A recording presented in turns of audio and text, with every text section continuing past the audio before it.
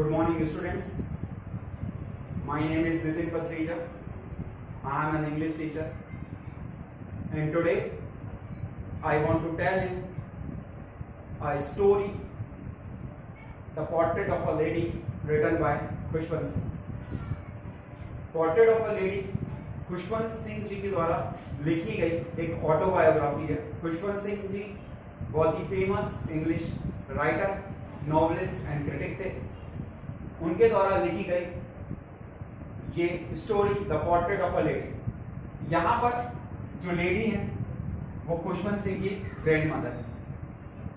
Lady कौन है? खुशवंत सिंह की ग्रैंड मदर है. तो आइए इसकी समरी देखते हैं. यहाँ पर it is an autobiography by Khushwant Singh. ये एक ऑटोबायोग्राफी, ऑटोबायोग्राफी मतलब खुद की जीवनी के बारे में जो व्यक्ति बताता है तो उसको ऑटोबायोग्राफी कहते हैं. तो ये एक ऑटोबायोग्राफी है खुशवंत सिंह की. इस चैप्टर में उन्होंने अपना रिलेशन ग्रैंड मदर के साथ बताया है. कैसे दादी के साथ पोते का एक इमोशनल अटैचमेंट होता है, एक रिलेशन होता है. उसी रिलेशन को बताती है हमारी आज की ये स्टोरी, कि कैसे गांव से फॉरेन तक ये स्टोरी कैसी चलती है और क्या रहता है, इसको हम देखेंगे. खुशवंत सिंह जी अपनी दादी के बारे में बताते हैं कि उनकी दादी काफी मोटी थी, गोरी थी, बहुत थोड़ी सी बेंड थी, झुकी रहती थी. उनके हाथ में हमेशा रोजरी रहती थी. आपने देखा होगा जो व्यक्ति जप करते हैं एक माला लिए रहते हैं, तो हमेशा उनके हाथ में वो जप करने वाली माला रहती थी और वो लंगड़ाते हुए पूरे घर में वो माला का जाप करती रहती. उनके होंठ हमेशा चलते रहते थे. इवन सुनाई नहीं देता था. वो जो भी प्रेयर थी, जो प्रेयर करती थी, वो इनऑडिबल थी, सुनाई किसी को नहीं देता था, बट वो प्रेयर दिन भर प्रेयर करती रहती थी. ड्राइंग रूम में उसके दादाजी की एक फोटो लगी थी. खुशवंत सिंह जी बताते हैं कि उनके दादाजी फोटो में देखने से ऐसा लगता है कि वो करीब 100 साल के होंगे. उनकी बड़ी बड़ी दाढ़ी जो चेस्ट तक आ रही थी और ऐसा लगता है कि वो बहुत ही बूढ़े होंगे. आज खुशवंत सिंह जी अपनी दादी को 20 साल से ऐसे ही देख रहे हैं और आज ये विश्वास करना उनके लिए कठिन है कि वो कभी यंग और बहुत सुंदर रही होंगी.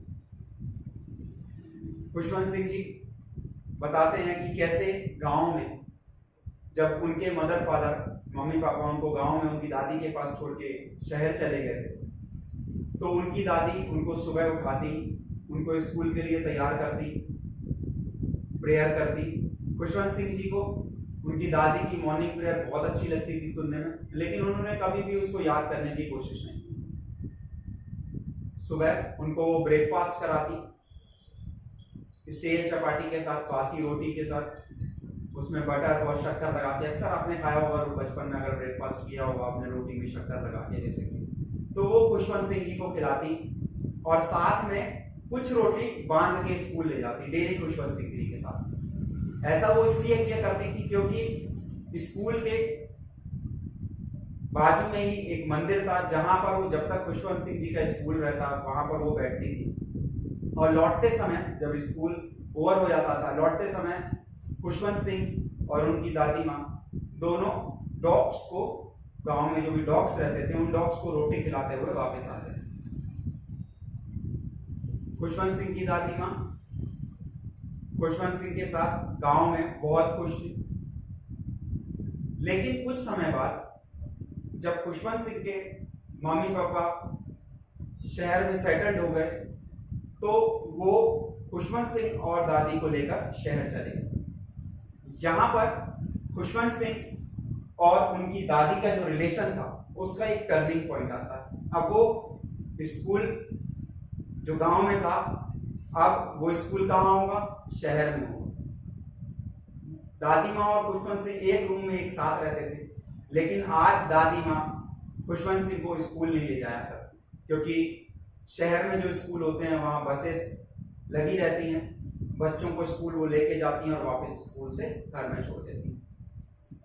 तो जो खुशवंत सिंह और उनकी ग्रैंड मदर के बीच में जो बॉन्डिंग थी वो कम होती जा रही थी. अब ग्रैंड मदर खुशवंत सिंह को पढ़ा भी नहीं पाती, क्योंकि यहाँ पर खुशवंत सिंह ने इंग्लिश स्कूल ज्वाइन किया जहाँ पर काफ़ी सारी वेस्टर्न चीज़ें सिखाई जाती हैं, साइंस है, ग्रेविटी है, काफ़ी सारी अलग अलग चीज़ें सिखाई जाती हैं जो कि दादी माँ से नहीं बनती.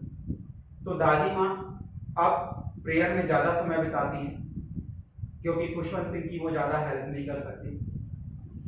थोड़े समय बाद जब खुशवंत सिंह जी बड़े होते हैं तो वो यूनिवर्सिटी ज्वाइन करते हैं। जो थोड़ा बहुत खुशवंत सिंह और उनकी दादी के बीच में जो एक बॉन्डिंग की जगह थी, एक रूम, वो भी अब अलग हो जाता है। खुशवंत सिंह जी अलग से एक रूम में वो रहने लगते हैं, उनको एक अलग से रूम दे दिया जाता है जहाँ पर वो अपनी पढ़ाई करते हैं यूनिवर्सिटी की।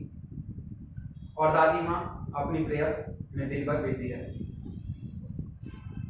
खुशवंत सिंह जी थोड़े समय बाद विदेश जाना चाहते हैं, फॉरेन कंट्री जाना चाहते हैं अपनी पढ़ाई को जारी रखने के लिए।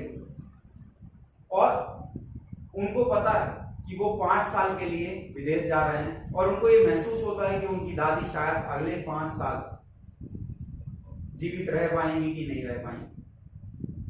जाते समय जब वो अपनी दादी से मिलते हैं, उनके फॉरहेड, माथे में किस करते हैं, उनको ये लगता है कि शायद ही उनकी आखिरी मीटिंग होगी अपनी दादी के साथ। काफी इमोशनल होते हैं और फिर वो विदेश चले जाते हैं।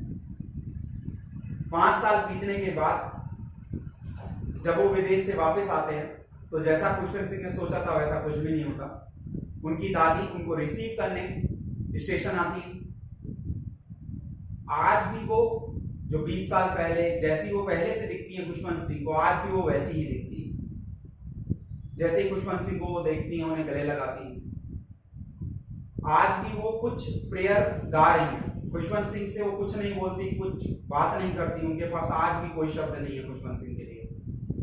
लेकिन वो इनऑडिबल प्रेयर जो सुनाई नहीं देती वो गाती रहती है, हाथ में रोसरी लिए हुए, माला लिए हुए, वो जाप करती रहती है।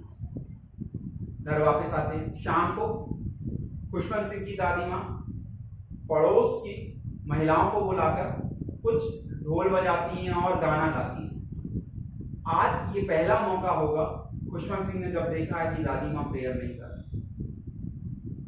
वो कोई गाना गा रही है। ऐसा गाना जैसे किसी वीर योद्धा के घर वापसी पर, उसके युद्ध जीतने पर जो गाना गाया जाता है, ऐसे वो गाने गा रहे हैं। अगली सुबह दादी माँ की तबीयत थोड़ी सी खराब होती है। डॉक्टर को बुलाया जाता है। डॉक्टर उन्हें कुछ आराम के लिए बोलते हैं। दादी माँ अपने बेड पे लेट के वो जाप करती रहती है। खुशवंत सिंह की फैमिली काफी इस चीज का विरोध करती है, बट दादी माँ उन्हें बोलती है कि अब उनका अंत बहुत नजदीक है, अब वो जाने वाले हैं। खुशवंत सिंह जी को पता चलता इससे पहले उनके होंठ चलना बंद हो जाते हैं, उनके हाथों से जो माला रहती है वो गिर जाती है। यहाँ पर खुशवंत सिंह की दादी माँ का अंत। फिर उन लोग थोड़ा देर उनके पास बैठ के गम मनाकर फिर उनके फ्यूनरल की तैयारी करते हैं। ऐसा कहा जाता है कि उस दिन, क्योंकि दादी माँ अक्सर बाहर चिड़िया जो स्पैरोज रहती है उनको खाना खिलाया करती है। जब खुशवंत सिंह की मदर उन चिड़ियों को उस दिन खाना डाला तो उन चिड़ियों ने उस दिन खाना नहीं खाया। उनकी कोई आवाज नहीं आई उन चिड़ियों की। और ऐसा देखा गया जब स्वीपर सुबह आया तो वो ब्रेड के टुकड़े जो उसकी मदर ने डाले थे वो ऐसे ही। So student, this is the summary of your first lesson, the portrait of a lady. Very easy summary, बहुत ही इंटरेस्टिंग चैप्टर है। आप लोग इसे अच्छे से देखेंगे। अगर वीडियो में एक बार में नहीं समझ आता तो इसको दोबारा इसको वॉच करिए, बहुत ही इजी है। वैसे तो समझ आ गया होगा आप लोगों को। और कोई भी अगर दिक्कत होती है इस चैप्टर से रिलेटेड तो आप मुझे कमेंट बॉक्स में जाके कमेंट कर सकते हैं। Thank you very much, have a good day.